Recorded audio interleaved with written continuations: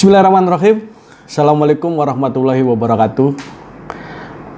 Yang terhormat Pak Kadispora ataupun yang mewakili, yang terhormat Ketua PPI ataupun yang mewakili, yang terhormat para pembina paskibra sekolah, yang terhormat para guru-guru dari pihak sekolah, dan yang paling saya cintai ialah adik-adik paskibra sekolah yang diutus oleh pihak sekolah untuk mengikuti diklat SAR ini. Puji syukur kehadirat Allah Subhanahu wa Ta'ala atas limpahan rahmatnya, sehingga saya di sini ataupun kami di sini dalam keadaan sehat jasmani dan rohani, amin, dapat diberikan waktu untuk memberikan paparan atau suatu pengetahuan tentang implementasi kenakalan remaja dengan anak yang berhadapan dengan, kebetulan perkenalkan, nama saya Yudi Kurniawan, saya Purna Paskibraka tahun 99. Pada saat itu saya berada di posisi pasukan 17. Dan alhamdulillah sekarang ini dipercaya oleh Ketua Umum Purna Paskibraka Indonesia ini menjadi MPO Purna Paskibraka Indonesia Kabupaten Cirebon. Baik adik-adik, sekarang langsung saja kita ke materi, bahwa saya ditugaskan oleh Ketua untuk memberikan suatu materi implementasi kenakalan remaja dengan anak yang berhadapan dengan hukum. Baik, kita lihat di sini dasar-dasar hukumnya. Dasar-dasar hukum ini terdiri dari KUHP, KUHAP, Undang-Undang Nomor 17 2016 tentang Peraturan Pemerintah Pengganti Undang-Undang Nomor 1 Tahun 2016 tentang perubahan kedua atas Undang-Undang Nomor 23 Tahun 2002 tentang perlindungan anak menjadi undang-undang. Undang-Undang Nomor 35 Tahun 2014 tentang perubahan atas Undang-Undang Nomor 23 Tahun 2002 tentang perlindungan anak, Undang-Undang Nomor 17 Tahun 2016 tentang penetapan peraturan pemerintah Nomor 1 Tahun 2016, Undang-Undang Nomor 23 Tahun 2004 tentang penghapusan kekerasan dalam rumah tangga, Undang-Undang Nomor 44 Tahun 2008 tentang pornografi, Undang-Undang Nomor 19 2006 tentang perubahan atas Undang-Undang Nomor 11 Tahun 2008 tentang informasi transaksi elektronik, dan Undang-Undang Nomor 11 Tahun 2012 tentang sistem peradilan anak. Baik, saya sampaikan kepada adik-adik bahwa yang dikatakan anak-anak dalam undang-undang itu, bahwa anak-anak ini ialah usia yang dikatakan anak-anak itu anak di bawah umur, itu ialah usia masih dalam kandungan sampai umur 18 tahun. Itu dikatakan anak di bawah umur. Seperti itu. Nah, kalau remaja ada dalam poin slide saya. Remaja adalah waktu manusia berumur belasan tahun. Pada masa remaja manusia tidak dapat disebut sudah dewasa, tetapi tidak dapat pula disebut sebagai anak-anak. Masa remaja adalah masa peralihan manusia dari anak-anak menuju dewasa. Nah, di sini ada subjek. Subjek ialah adik-adik peserta di kelas hari ini ialah merupakan pelajar-pelajar SMA ataupun utusan-utusan pelajar dari SMA sekabupaten Cirebon, utusan-utusan yang terbaik. Ini ialah subjek adik ini ialah sebagai remaja, bisa dikatakan sebagai remaja. Tapi dalam bahasa undang-undang itu, bahasa remaja itu tidak ada, adanya anak di bawah umur dan sudah dewasa. Hanya dua istilah itu. Nah, kenapa adanya suatu implementasi remaja dengan pidana atau kenakalan pidana anak yang berhadapan dengan hukum, atau disebut dengan ABH. Poin 3 itu ABH, anak berhadapan dengan hukum, merupakan anak yang diduga telah melakukan tindakan kriminal yang harus mempertanggungjawabkan perbuatannya di hadapan hukum karena telah melanggar undang-undang hukum pidana. Pada masa penahanan, anak atau remaja yang berkonflik dengan hukum berada pada usia 12 tahun sampai 18 tahun. Jadi perlu diketahui adik-adik bahwa anak di bawah umur ini dapat dikatakan sebagai anak berhadapan dengan hukum itu bila mana, mohon maaf, anak ini melakukan suatu perbuatan-perbuatan yang melanggar hukum. Contohnya melakukan perbuatan pidana ataupun kejahatan. Ya, seperti itu. Nah, anak yang berhadapan dengan hukum ini memang mendapat perlakuan khusus sesuai dengan peradilannya. Sesuai dengan peradilannya itu di Undang-Undang Nomor 11 tahun 2011 ya. Mohon maaf ya, Dek ya. Oke. Nah, sekarang bahwa zaman sekarang ini banyak remaja-remaja ini subjek-subjek remaja ini yang istilahnya banyak berhadapan dengan hukum ini menjadi suatu pelaku. Nah, dalam proses hukum, anak di bawah umur ini tidak bisa tidak bisa dikatakan sebagai tersangka. Tetapi bahasanya anak berhadapan dengan hukum. Seperti itu. Anak berhadapan dengan hukum pun juga bisa menjadi suatu korban juga, saksi juga, ataupun menjadi pelaku juga. Nah, ini pengertian kekerasan. Kekerasan adalah setiap perbuatan terhadap anak yang berakibat timbulnya kesengsaraan atau penderitaan secara fisik, psikis, seksual, dan atau penelantaran. Termasuk ancaman untuk melakukan perbuatan, pemaksaan, atau perampasan kemerdekaan secara melawan hukum. Nah, di sini dilihat bahwa kesengsaraan penderitaan secara fisik, psikis. Fisik, salah satu contohnya, mohon maaf, bila mana adik mendapatkan suatu kekerasan berupa penganiayaan, itulah ialah benturan fisik, istilahnya. Contohnya ya, adik-adik ini sedang di sekolah atau berada di sekolah, terus dengan teman ada suatu ketersinggungan sehingga teman adik ini melakukan penganiayaan ataupun melakukan kekerasan fisik. Contoh mukul ataupun menampar ataupun menendang, itu merupakan menjadi suatu kekerasan fisik. Nah, ini psikis. Kekerasan psikis itu salah satu contohnya itu ialah mohon maaf, sekarang ini sering sekali adanya namanya bullying. Bullying terhadap ketidakmampuan salah satu fungsi sosial kita.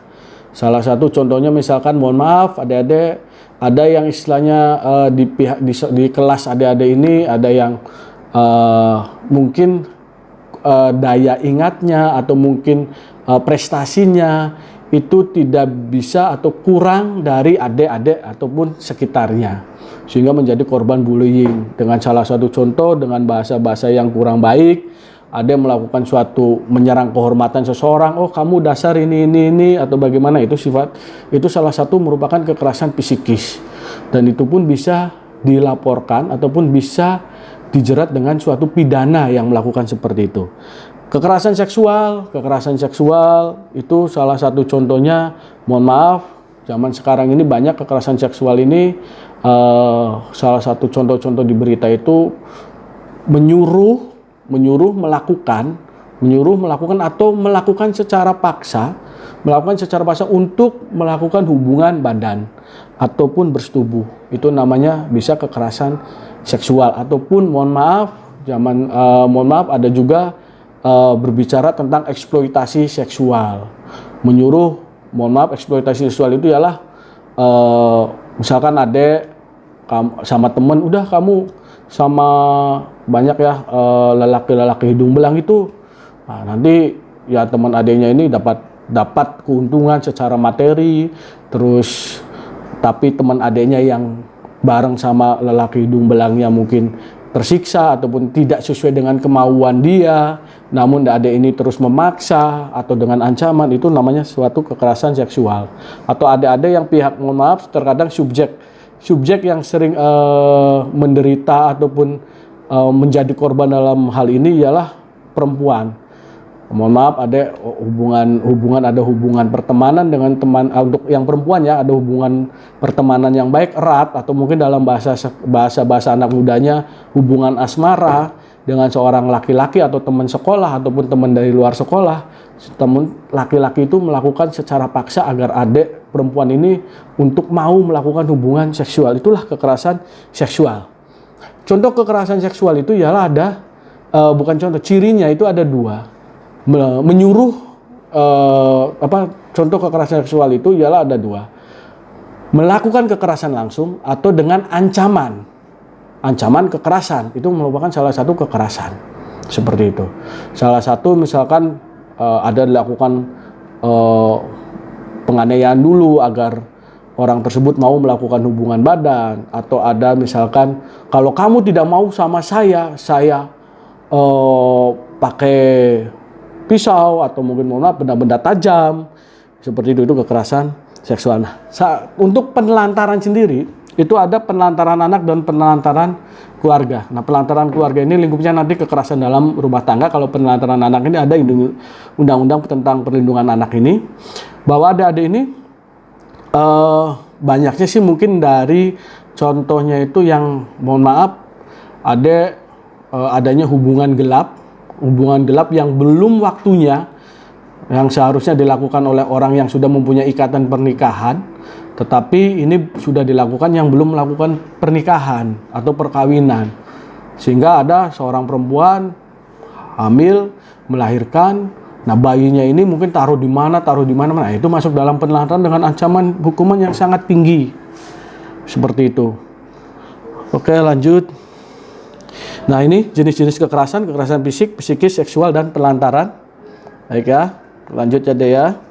Nah, contoh-contoh nih kekerasan fisik, pemukulan, tawuran yang mengakibatkan luka. Nah, ini zaman sekarang ini kan banyak yang tawuran-tawuran yang istilahnya oleh pihak-pihak salah satu sekolah atau salah satu SMA atau salah satu SMK, biar keren, biar gagah, biar apa, kadang-kadang untuk menonjolkan, karena memang sifat-sifat remaja itu sifat-sifat yang ingin segala sesuatu itu mencoba dan ingin supaya dilihat menonjol dari teman-teman. Terkadang menonjolnya ini menonjol ke arah yang negatif. Saya paling berani di sini, saya paling kuat di sini. Nah, itu kadang-kadang muncul menjadi suatu sifat-sifat negatif.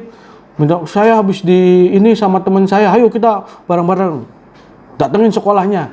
Nah, itu muncul suatu tawuran. Nah, dalam tawuran ini kan terkadang ada kekerasan di situ, ada suatu pemukulan, ada ini. Nah, itu bisa dilakukan proses pidana. Nah, ini bullying yang mengakibatkan luka fisik, bisa ini seperti itu. Oke, lanjut. Kekerasan psikis, bullying atau menghina atau mengucilkan. Ya, bullying, menghina dan mengucilkan. Nah, contoh bullying kan adik tahu sudah mungkin banyak terjadi di berita-berita juga, menghina juga, dan banyak contoh ada yang menghina, kamu dasar kurang pinter, atau mungkin mohon maaf sekali saya ulangi lagi, atau kamu dasar bodoh. Nah, itu sudah mulai kekerasan, masuk kekerasan psikis. Nah, kekerasan psikis ini harus dibuktikan dengan adanya salah satu hasil pemeriksaan dari entah kejiwaan ataupun dari psikolog, seperti itu.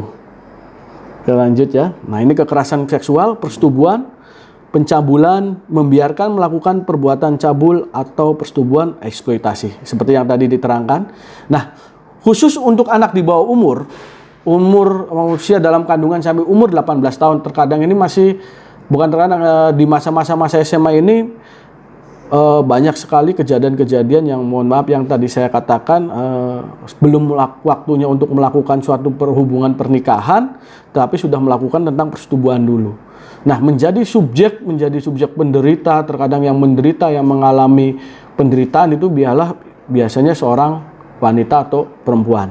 Nah, ini untuk peserta diklatser yang perempuan harap bisa berhati-hati, jangan mau terhadap bujukan atau rayuan dari mohon maaf teman-teman dekat laki-laki, adik-adik, atau mungkin bahasanya pacar, misalkan, ayo nanti saya tanggung jawab, saya ngomong ke orang tua kamu kalau sampai terjadi apa-apa, atau mungkin mohon maaf sampai hamil. Nah, itu suatu hal yang sebenarnya bahasa-bahasa bias dan itu pasti bohong. Kenapa saya katakan bohong? Karena berdasarkan undang-undang perkawinan, adik ini belum waktunya atau masa-masanya untuk melangsungkan perkawinan. Seperti itu. Jadi bohong. Apalagi sekolah, SMA, lulus aja belum, ya kan? Untuk mencari nafkah keluarganya ketika misalkan ada terjadi sesuatu yang kita tidak inginkan, itu mau nyari nafkah dari mana? Karena kan kewajiban seorang laki-laki pun juga harus memberikan nafkah keluarganya. Kan seperti itu. Oke. Nah, ini pencabulan. Nah, persetubuhan dan pencabulan ini bedanya. Kalau persetubuhan itu pasti adanya suatu pertemuan kelamin laki-laki dan kelamin perempuan. Itu persetubuhan. Oh iya, maaf saya ulangi, persetubuhan bila mana untuk anak di bawah umur, bila mana hanya rayuan, bujukan saja itu sudah masuk perbuatan pidana. Nah, misalkan teman-teman adik ini, saya ulangi lagi, mohon maaf saya awali lagi bahwa persetubuhan, misalkan teman-teman adik ini, saya bertanggung jawab, nanti saya akan menikahi kamu, itu sudah masuk dalam bujuk rayu. Dan itu kalaupun memang terjadi sesuatu, itu bisa jadi suatu pidana.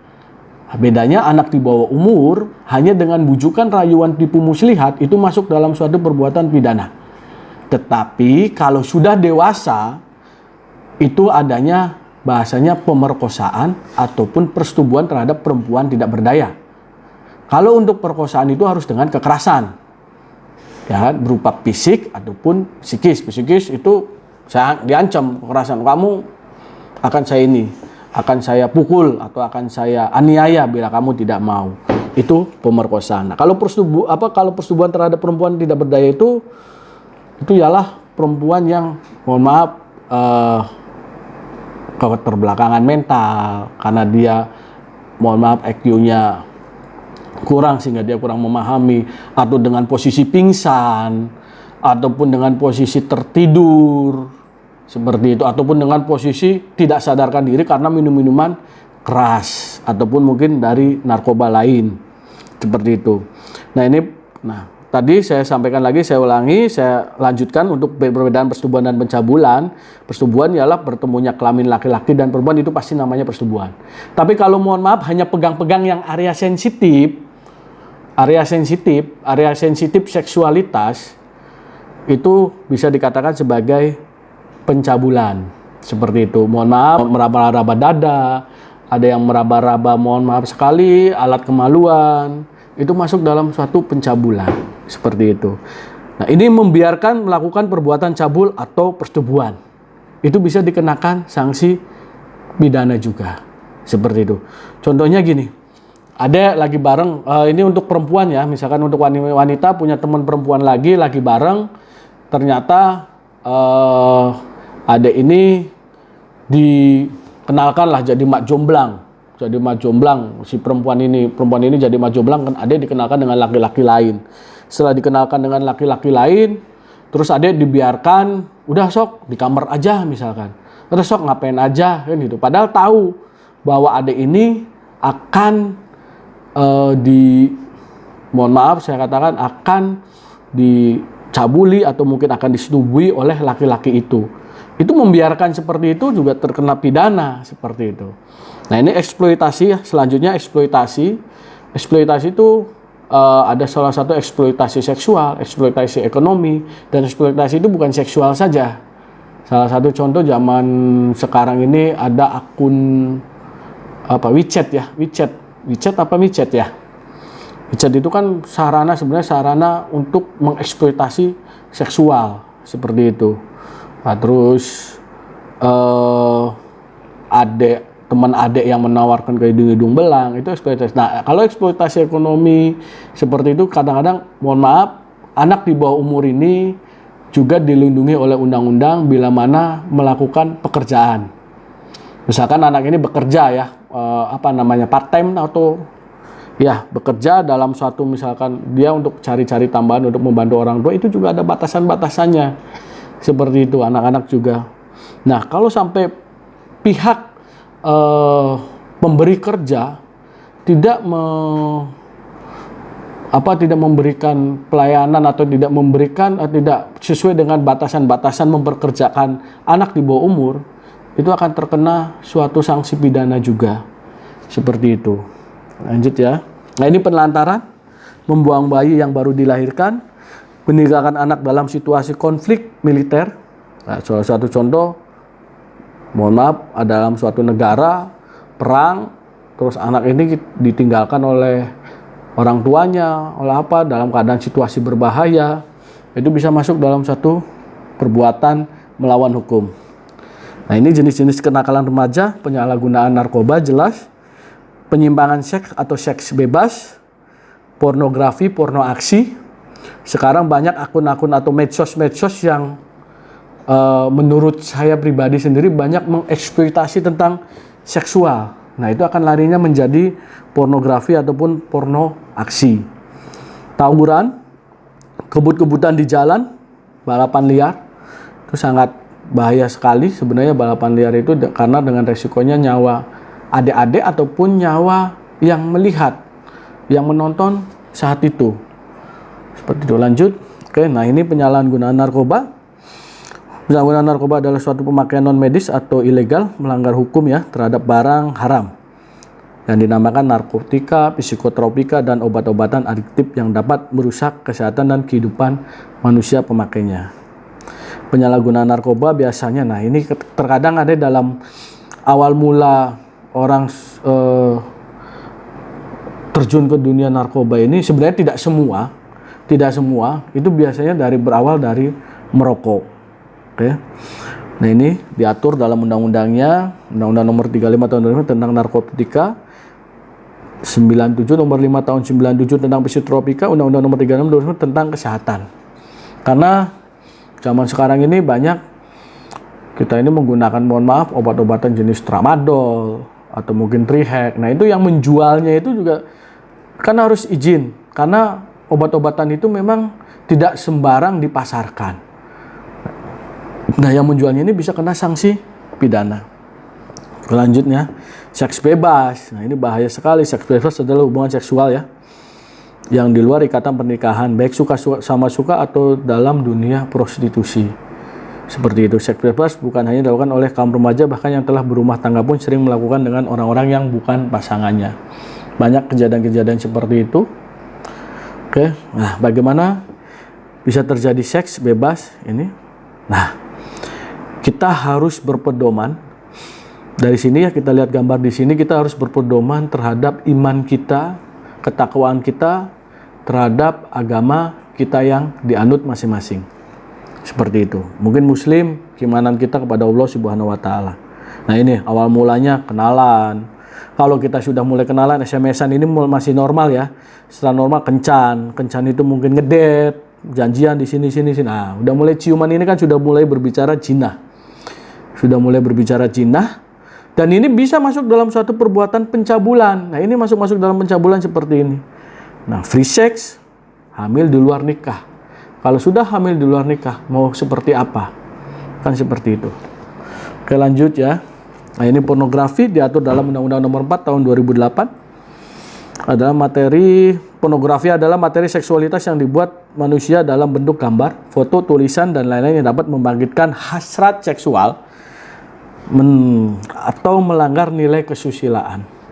Seperti itu. Ada, mohon maaf, kadang-kadang bermain di sini medsos ada TikTok menunjukkan ini, atau mungkin capcut ya, atau mungkin masih banyak lagi YouTube, atau mungkin Instagram dan lain-lain. Hati-hati dalam menggunakan media sosial.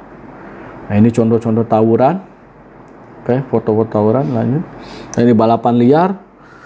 Wah, salib coy, tarik mang, kan gitu. Wah, balapan liar.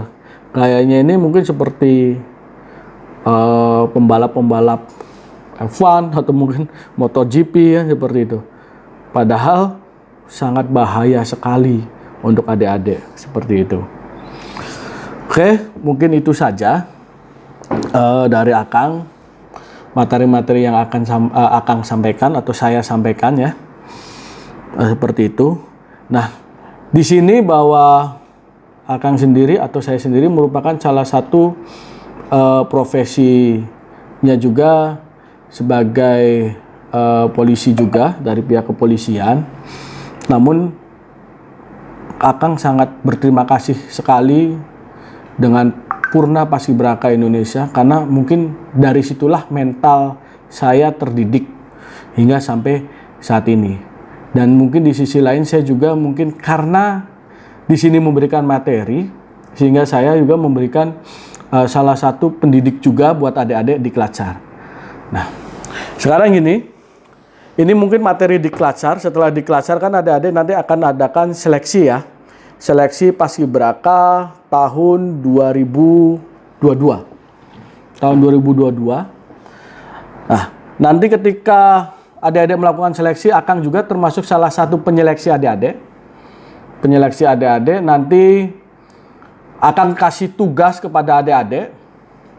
Kasih tugas ketika nanti baik di Diklat-Sar maupun nanti ketika seleksi, kasih tugas agar bisa menghafalkan tentang puisi ya, puisi tentang filosofi kontekstual Ki Hajar Dewantara. Itu. Adik coba hafalkan, nanti coba serahkan ketika nanti Diklat-Sar nanti ya. Diklat-Sar nanti ada linknya.